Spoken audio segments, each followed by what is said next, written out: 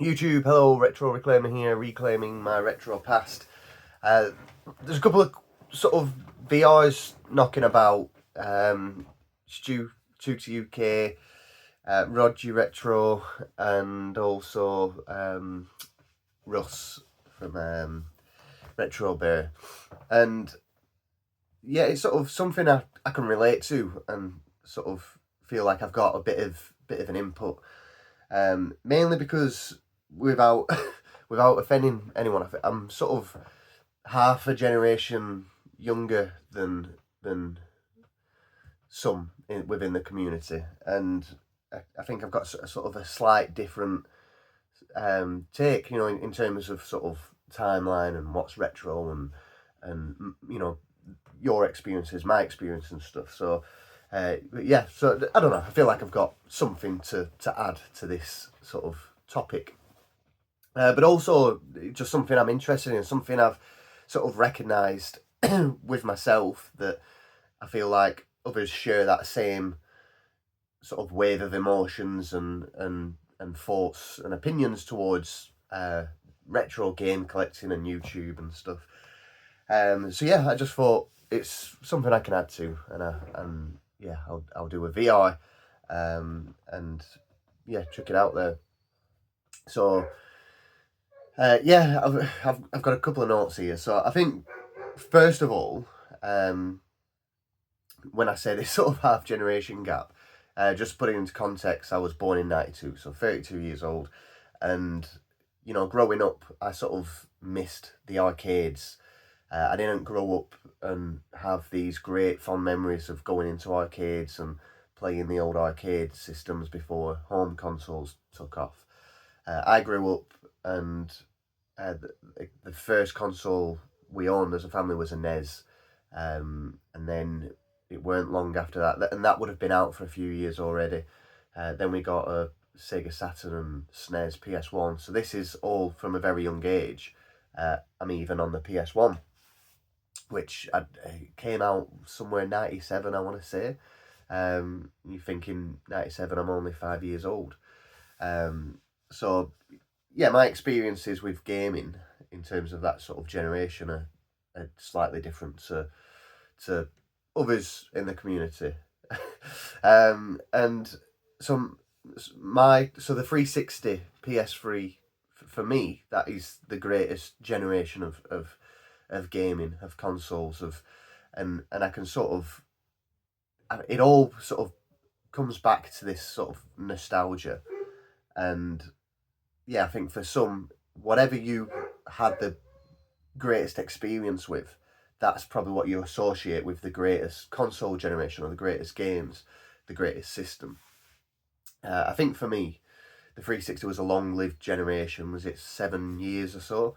And it was it was sort of on this tip of you know the, of online gaming, but still physical media and still all these great companies that were creating amazing games. What you've got now is sort of big organizations that are greedy, that have just bought all these smaller publishers and all these smaller companies, and now it's right. Get it, just chuck a game out, and you lose that because you lose this small independent company that's got a desire to create a game. I think you lose that sort of passion, and now you've just got people working for other people, just creating games because it's the job. There's obviously still passion. There's still great games that come out, but far less than the generation of the 360. Like month after month, you were new games were coming out which were just amazing. Which for me is why I love collecting for the system, and I won't collect for any system after the 360 because, and I say 360, I mean PS3 Wii, but I'm just not as interested in those two. I tend not to really bother grabbing stuff for those. Um, Obviously, I'm all bummed up. This again. I'm always like this, and yeah, it's just for me. You've still got physical media, which will always work on these consoles until they all break. Yeah, you've got the disc rot, you've got all that sort of stuff to deal with, but you've got high quality games and a very wide range of high quality games that can still plug into modern TVs and they play and feel brilliant. I still have way more fun on those than I do on newer stuff. I'm going off on a tangent a little bit here, but it was just this bit is just to put into perspective sort of my experience with gaming. You know, not just retro. I don't consider Xbox 360 retro, but just um, collecting wise, and you know, just hopefully it highlights why I collect for these systems. And then obviously cost it's a lot cheaper. But then yeah, so you when for me it was I'm sort of a little bit my timeline is sort of half a generation later than most other collectors, it would seem. I don't collect for the Commodore or Amiga. I don't collect for the NES, and I don't think I ever will own a NES because there's only like 2 games that I'd be interested in. No nostalgia for them. So that like Sega Mega Drive, I've only got a handful of games. The SNES, just a handful of games. So even those I don't know what generation it is, but is it 16-bit that? I think it is, isn't it? Yeah. I've only got a very limited sort of nostalgia for those systems. So my collecting habits are just a little further along that timeline, if you will.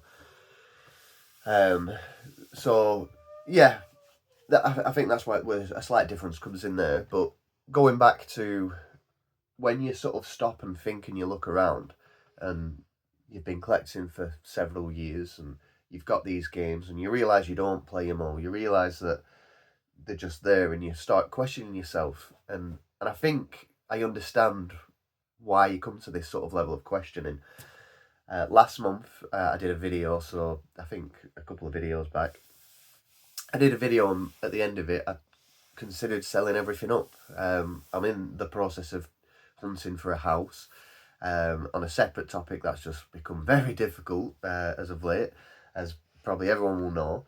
But obviously, I thought, do I just sell all these games because I've got too much to store in here? I've always had in the back of my head, oh, I'll have a bigger space, more, but I've got too much basically for this small room, and I thought, do I just sell it all, get rid of it all? I'd make money from whatever I've spent on this, what I just consider a hobby. I'll make money back from it all, and then I can invest that into my deposit, and then just start again, because I know I'm always gonna collect, but then I can just start again. So I thought about it, and then I can be lazy, and I think what put me off more than anything was having to list it all on eBay or get to a convention, and I'm not a good salesman. I wouldn't know where to start with it all. It'd be quite a task. So I think it sounded overwhelming just selling everything. And equally, I've sold my collection before in the past, and I've regretted it. So I had that sort of weight as well, thinking if I did get rid, yeah, I can buy it all back again, but it'll be a lot more difficult to hunt down, a lot more expensive. Would I? You know, it's took several years to get all this stuff. But yeah, so let me try and explain. And obviously, I've not sold anything, by the way. I've done a complete U-turn, and I'm still buying games. But yeah, I agree with what Tootie said, and I think if you're a collector, you're a collector, and I think sometimes you can branch into other stuff, such as Warhammer. Some people, yeah, Quinny, he's gone over to sort of Star Wars figures, and a lot of us tend to have this sort of hobby, this collecting habit, and it sort of branches somewhere else. Tootie was collecting those Indiana Jones figures. You know, you tend to.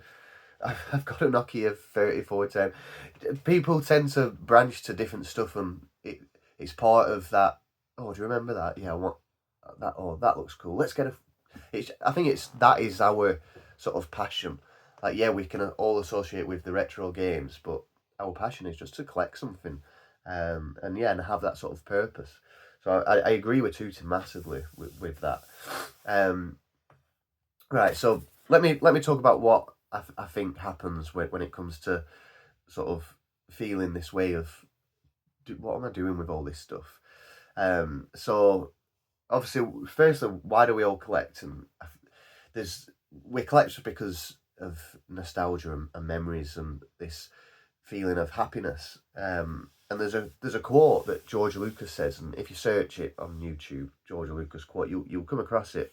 And I don't know, I can connect with this quote really well. So it explains happiness and how happiness is divided into two categories, and you've got pleasure and joy. Pleasure is like the more intense experience, and you only really feel it once, whereas joy is sort of a longer lasting happiness, feeling of happiness. And if you seek joy, then you'll always be happy. But if you seek pleasure and you keep seeking that, because whilst we're clearly as a community sort of have this addictive personality, I think it's a human nature to be sort of addictive. I mean, minus, obviously, the first thing you think is gambling, drugs, and all. Get rid of all that. But sugar, cups of tea, you know, we are addictive people. We like routine. We like to do stuff over and over again. We're seeking whatever makes us happy. And this sort of pleasure. So the way I interpret what George Lucas says is this pleasure is that first time, that first experience of doing something.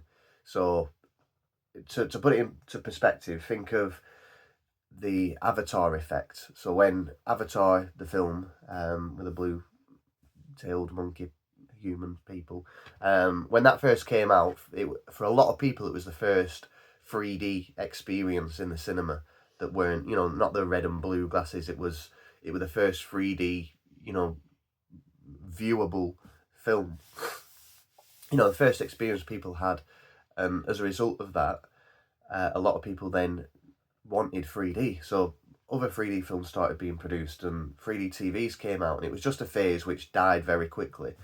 Sky 3D, everyone was into 3D at that point, and it felt like that the future was 3D. You had the 3DS, which you had TVs which you didn't need glasses. It would track your eyesight and stuff, but I don't think they ever came cheap enough for the general working class. But obviously now nobody cares. Another example is the Quest VR. At one point there was a few in this community who bought Oculus Quest 2, and some really rate it, some don't. But me, I'm consider myself sort of general as everyone else. When it first came out, it was like, wow, this is a future. This is incredible. You're on it. Battery dies. You're charging it. As soon as it's full of charge, you're on it again. You're just completely like engrossed with it. You're just like, wow, and then it dies down because you've had that pleasure of really enjoying something for the first time, and then it dissipates. So you keep seeking that same level of pleasure, but you can't because you've already had it, and you can't get that back. So the joy, you can still seek out joy, and can still enjoy stuff, and you'll always be happy through the joy. But the pleasure, that is what we want. We want that feeling of pleasure. So we sort of seek that. When we don't get it, well, we don't buy 3D TVs anymore. We stop watching the 3D films. We'll just go normal viewings. We'll sell up our Quest VRs or our PS VRs. And gaming is the same. So when you look at collecting, some people have been doing it for years. Some people, have done it for decades. And obviously times change throughout all this. But I think if you go back to when you first started collecting, so this is a personal thing for me. When I first started collecting, I bought a couple of things off eBay. I never really used eBay, and this is 2012, 13, and yeah, I'd never really used eBay before.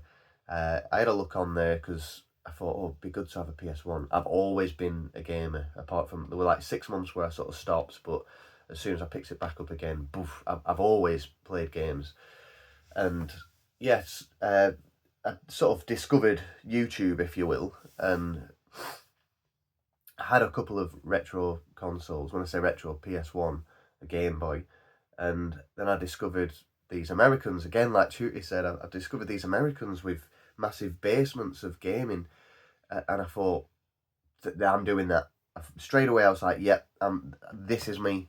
I'm all about that." So then you discover all these channels. You discover people picking up from the car boots and charity shops, and at this point you're learning. Oh, you can get them from car boots. Oh, you can get them from charity shops, and you don't know. So this sort of pleasure experience of something new for the first time, or a new hobby. I can feel myself really getting into this new hobby.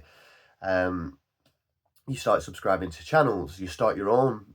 Obviously, you find this weird group of bunch of people on YouTube, UK, and you get yourself involved, and you go to your first convention, or like play Black Bull or whatever. You have your first meetup. You start making a few videos. You get to your first 100 subscribers.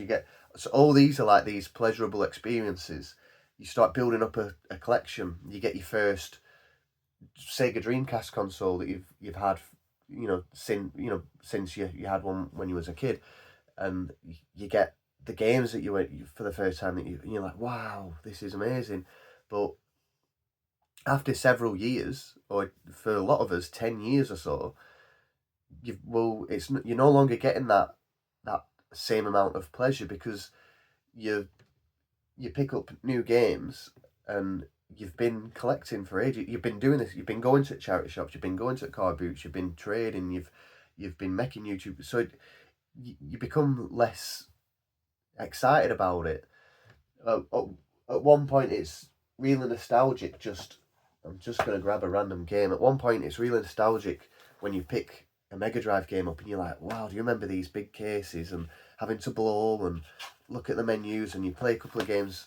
But when you've had collections for several years, it no longer feels nostalgic, and it feels more sort of a current thing that you own. Like, this don't feel like a really old game from my childhood anymore. It feels like something I've owned for several years, which is true. So you sort of lose that not passion, but you lose that excitement, that pleasurable excitement. Some people could think I'm being, I don't know, overthinking it, but for me, it I agree with that sort of look of how I look and deal with things and stuff.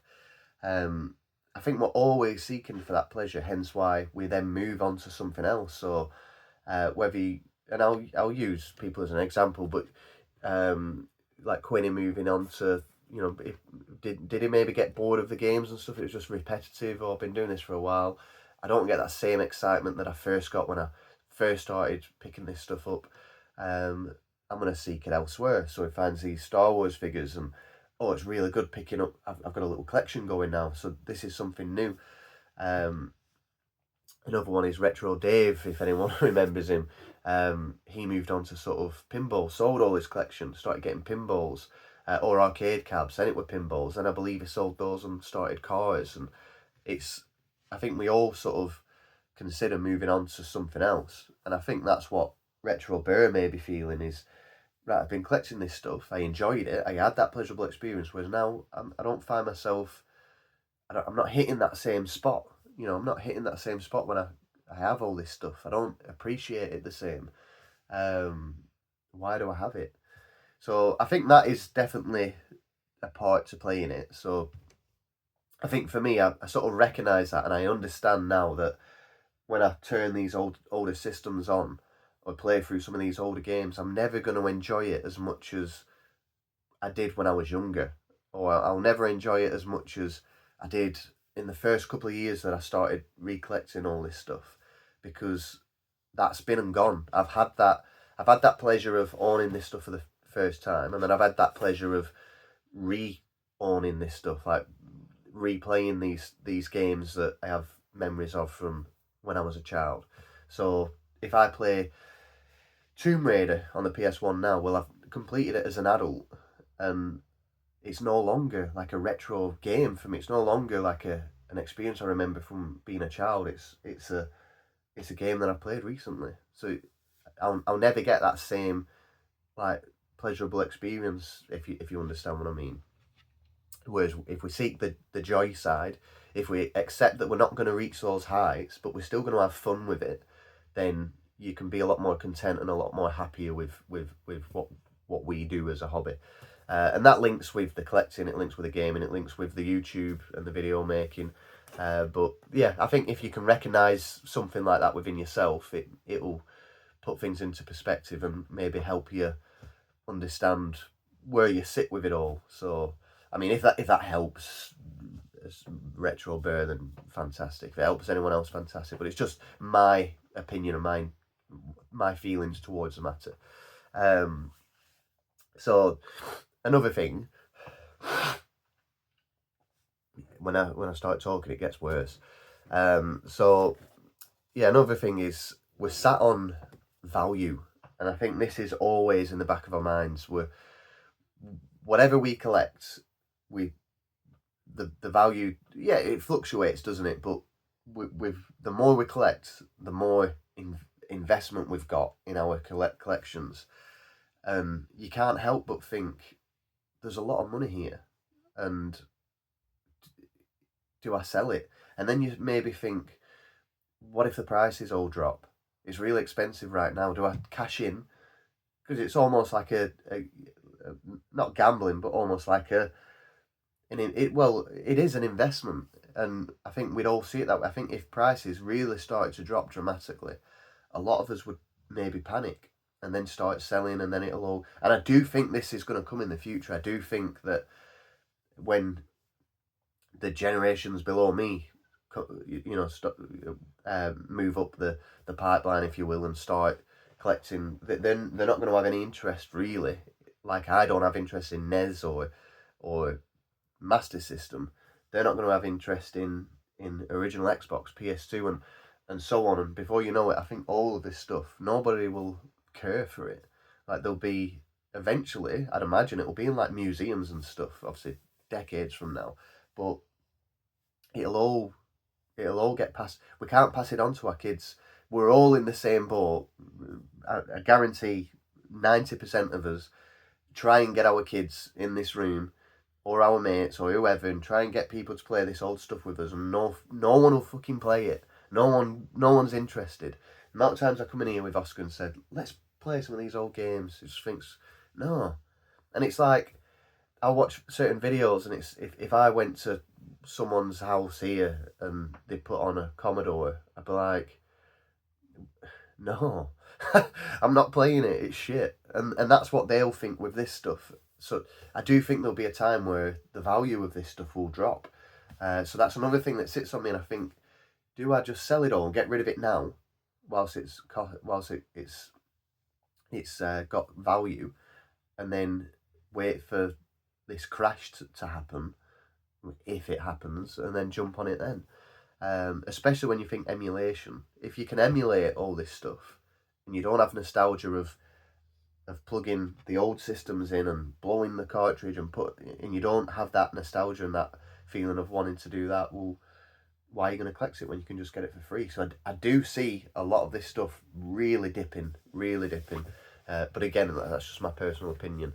So I think that sits on people, and they see it as money. You start seeing it as wealth, and you think, is it better having all this investment in cardboard and plastic, or is it better to just sell it all up and have the cash and do something different?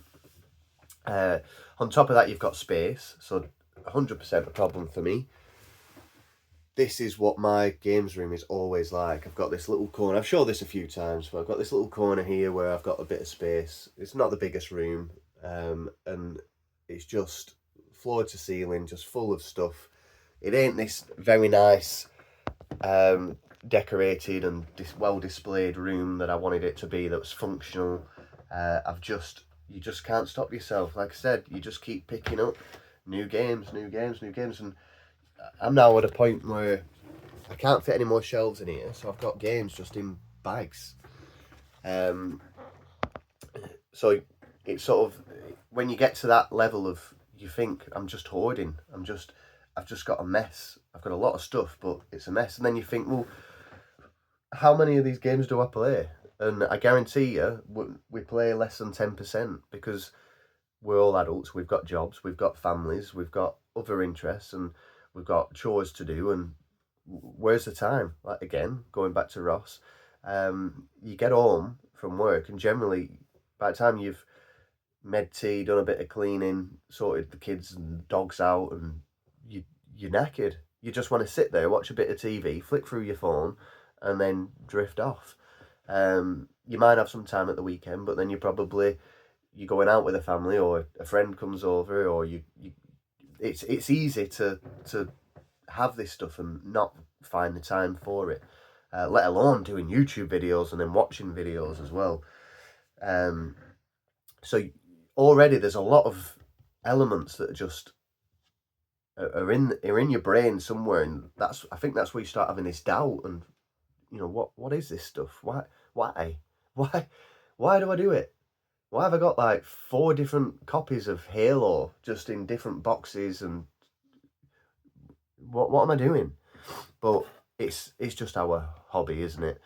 And I think that's what happens. I think summary, I think you're seeking that sort of pleasure that you first had as a child with these experiences.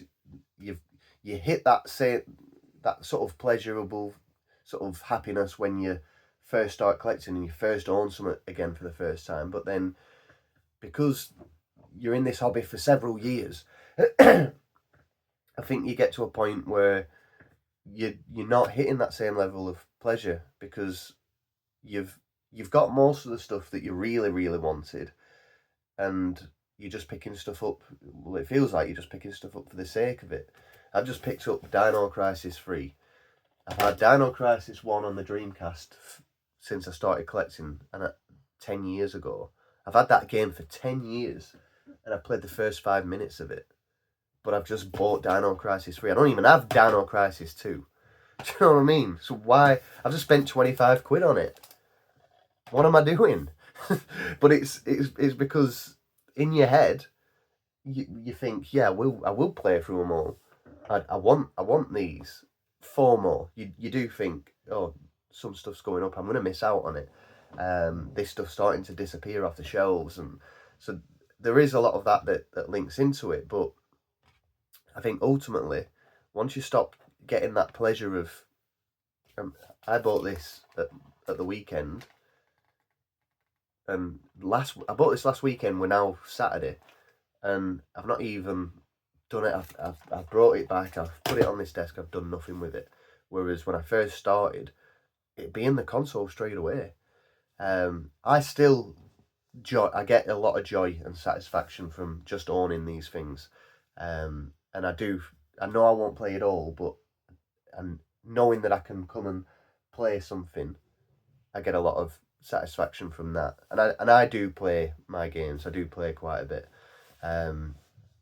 But yeah, I think when we stop getting that pleasure, that intense satisfaction, we then start thinking of these other thoughts surface in our head. It's valuable stuff. I don't quite have the space, and then time. I don't have the time. So if it's valuable, I don't have the space, and it's cluttered, and I don't have time to use it and really enjoy it all. Why do I have it? And I don't know the answer. I don't know if is the answer to get rid, but if you have a look at different YouTube channels, most people will admit that they regret getting rid of it all. Tootie said, just get it in storage, put it in boxes, put it in the attic, just forget it. I think that's probably the best advice. I think if you're thinking, yeah, it's not for me anymore, box it all away, put it away, out of sight, out of mind, and then if you start feeling that itch again, you can always come back to it. If you turn off this sort of switch of value, I mean, I don't have a massive games collection, but I'd imagine there's a few £1,000s worth of games here. Other people will have tens of thousands. And I think if you can switch off that sort of financial viewpoint and just stop looking at it as an investment, as a way of making money, if you can turn that off, that's probably helpful. But I also understand that that's difficult to do. I'd always fall back on this if I needed to. I mean, yeah, you've got your bank savings, this, that, and the other, but come a rainy day and I significantly need money, I know I can get rid of some of this stuff, and I will do, and I have done in the past. I broke my phone a couple of years ago, and it was, I was frustrating myself with the way I broke it. So for me, I thought, well, I'm not spending any more money. I'm not buying a new one. What I'll do is I'll sacrifice something in my room and get a phone that way. So I sold a few. Well, I took a couple of bits to CX and got a phone from there. But it's always something to fall back on like that. But I try and avoid looking at it as an investment, because it can go either way, and you're always going to detach yourself from just the joy of having it and associate it with money. So yeah, let me know what you think, but that's what I think. As for time comes and goes. We go through periods of the year where we're particularly busy, whether it's work or study or family or illness. We go through these phases, but you can always make time for stuff. So if you, I don't know, you get on from work, you do your bits and pieces, but if you set aside an hour, then you can make time. You can always make time for stuff, but when you really want to come in here, you will. And space. This is a difficult one for me to answer, because of I I have this belief that I'll soon be in my own house and I'll have a dedicated space for it all. But I could be several years from what I'm envision with that. I think realistically, I should thin this down a great deal. Maybe just keep to one or two systems and play those. But I still have this attachment with it. It'd make sense to do that. I'd have a much better looking space environment. I'd feel happier in here and healthier, and equally, I still won't play every single thing I own. But yeah, I've got this vision that I'll have a bigger space and it'll all be set up and it'll be much nicer. And I don't have loads and loads, but I think if you are limited and you don't have any plans of moving, and you've got your space, I've just watched a video this morning of Cine Steve. He's done the same thing. He ruined his games room by buying more and more arcade cabs, and he's thinned them out, got rid of a lot of stuff, got that space back, and a lot more content with it. I think if it's well displayed, well organised, well clean, plenty of space, and not too cluttered, then you'll enjoy the stuff a lot more. Yeah, that's my 10p input, or pound input. I don't know that phrase. Put 10p in you, sort of thing. But that's my input. But yeah, I felt like I had something to a value to add to this topic. I'll link obviously everyone's videos below.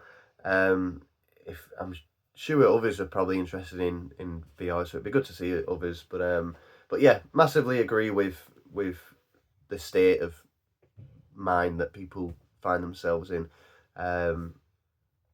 Yeah, and I've not really spoke about the YouTube so much, but again, I agree with everything Tootie says. I don't so much hate those who try and see it as a job, but I think for us in our community, everybody defines community as different stuff and different people, but I think for us who just enjoy this as a hobby, like naturally, and we don't push for views or push for certain videos, I think if you do just use this as a platform, like people more so did in the earlier years. If you use it as a platform for video responses like this, for connecting with people, for sharing, oh, I bought this from CX. Oh, I wish I had one of those in my CX. I went to a car boot and got, you share your stories. Then that's, YouTube's fucking incredible for that. But yeah, I think if you are going down the route of making money, and you're gonna find yourself stressed. If you stick to tight deadlines of a video every Tuesday and this, that, and the other, you're making it a chore. You're making it less of a hobby and more of a chore. But yeah, so again, I don't disagree, and I don't. There are videos that I watch who they are people who you can see that they just want to make this great content to make money, and I don't have nothing against that. If you want to do that, you do that.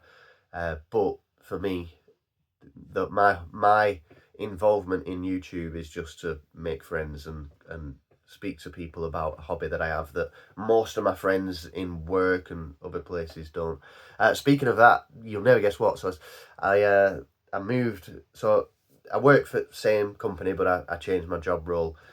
Went to a new place. And I don't know if they want anyone knowing whatever. So I'm not saying the names, but I I met someone who got talking about retro games. Turns out they've got a YouTube channel, which a lot of you will know. It's not really it's there, but it's not. They don't actively make videos anymore.